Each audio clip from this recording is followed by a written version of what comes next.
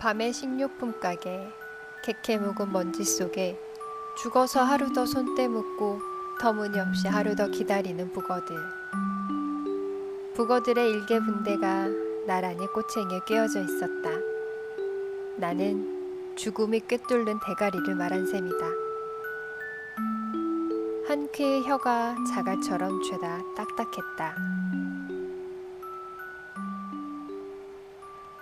나는 말에 변비증을 앓는 사람들과 무덤 속의 병어리를 말한 셈이다. 말라붙고 짜부라진 눈, 북어들의 빳빳한 지느러미, 막대기 같은 생각.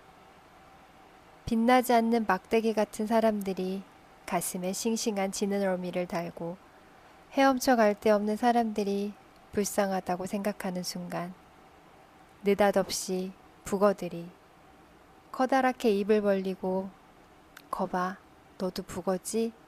너도 북어지? 너도 북어지? 귀가 먹먹하도록 부르짖고 있었다.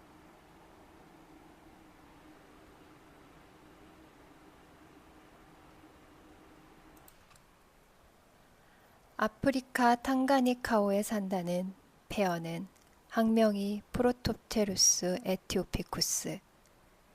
그들은 폐를 몸에 지니고도 3억만 년 동안 양서류로 진화하지 않고 살고 있다. 네 발 대신. 가느다란 지느러미를 질질 끌며 물이 있으면 아가미로 숨쉬고 물이 마르면 폐로 숨을 쉬며 고생대 말기부터 오늘까지 살아 어느 날 우리나라의 수족관에 그 모습을 불쑥 드러냈다. 뻘 속에서 4년쯤 너끈히 살아 견딘다는 프로톱테루스 에티오피쿠스여. 뻘 속에서 수십 년 견디는 우리는 그렇다면 30억만 년쯤 진화하지 않겠구나. 깨끗하게 썩지도 못하겠구나. 생선은 비린만큼 교만하다.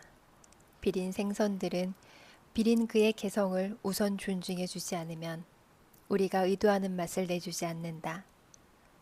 그러나 명태는 맛에 대한 자기 주장을 관철하려 들지 않는다. 줏대도 없는 놈이라고 할지 모르지만 그건 줏대가 없는 것이 아니고 줏대 없는 그의 본성 자체가 그의 줏대인 것이다. 나는 여태껏 썩은 명태를 보지 못했다. 오늘날의 명태 말고 냉동산업과 운송 여건이 불비한 시절 동해안에서 태산준령을 넘어 충청도 산읍 오일장의 어물전까지 실려온 명태를 두고 하는 말이다. 당연하다. 명태는 썩지 않는 철에만 잡히기 때문이다. 명태는 바닷물이 섭씨 1도에서 5도가 되어야 산란을 하러 북태평양에서 동해로 떼지어 내려오는데 그때가 명태의 어획기다. 부패의 철을 비켜서 어획기를 설정한 주체는 어부가 아니라 명태이다. 가급적 주검을 부패시키지 않으려는 명태의 의지가 진화된 결과로 보고 싶다.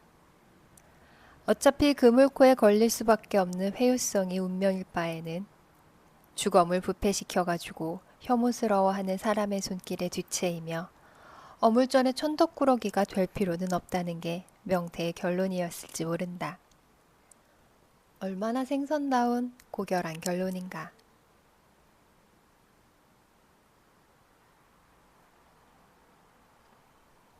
썩어도 준치란 말이 있다.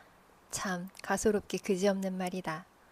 명태가 들으면 무슨 소리야, 썩으면 썩은 것이지 하고 실소를 금치 못할 것이다. 부패 직전의 살코기에서는 글리코겐이 분해되며 젖산을 발생시켜서 구수하고 단맛을 낸다는 요리학적 설명이 있긴 하지만 그건 숙성을 뜻하는 것이지 부패를 잃은 말이 아니다. 자연에서 생선의 숙성은 순식간에 지나가는 과정에 불과하다. 숙성을 보존하는 것은 기술이고 부가가치를 창출하는 것으로 요리사의 몫이지 준치의 몫이 아니다. 썩어도 준치란 말은 꼭 청문회장에 나온 사람의 뻔뻔스러운 변명 같아서 부패한 냄새가 코를 찌른다. 준치는 4월에서 7월까지 부패가 촉진되는 철에 잡힌다. 제 주검의 선도에 대한 대책도 없는 주제에 썩어도 준치라니. 명태에 비하면 비천하기 이를 데 없는 본성이다.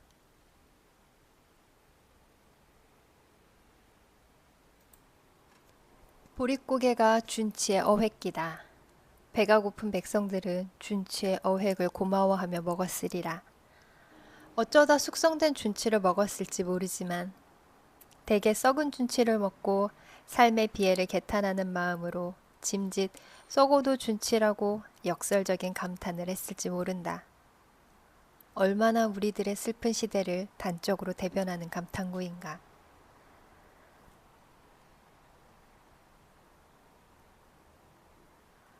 명태는 무욕으로 일관한 재생의 담백한 육질을 신선하게 보존하여 사람들에게 보시했다. 명태는 제속을 비워 창난젓과 명난젓을 담게 주고 몸뚱이만 바닷가의 덕장에서 바닷바람에 말라 북어가 되고 대관령 넘어 눈 벌판의 덕장에서 눈바람에 말라 더덕북어가 되었는데 알다시피 재상의 좌포로 진설되거나 고사상 떡시루 위에 실타래를 감고 누워 사람들의 궁극재배를 받는 귀물로 받들여졌다. 명태를 생각하면 언뜻 늦가을 텃밭의 황토흙에 하반신을 묶고 상반신을 햇살에 파랗게 드러낸 채 서있던 정정한 조선무가 떠오른다. 그 순박무구하고 건강하기가 관연한 산골 큰아이 같은 조선무가 없으면 명태의 담백한 맛을 살려내기 힘들었을지도 모른다. 산골 동네 텃밭에서 그 청정한 무가 가은의 담백한 맛의 진수를 보여주려고 뼈 무르면서 명태를 기다렸다. 순박한 무와 담백한 생선의 만남. 그야말로 사내가 진미로 만나는 것이다.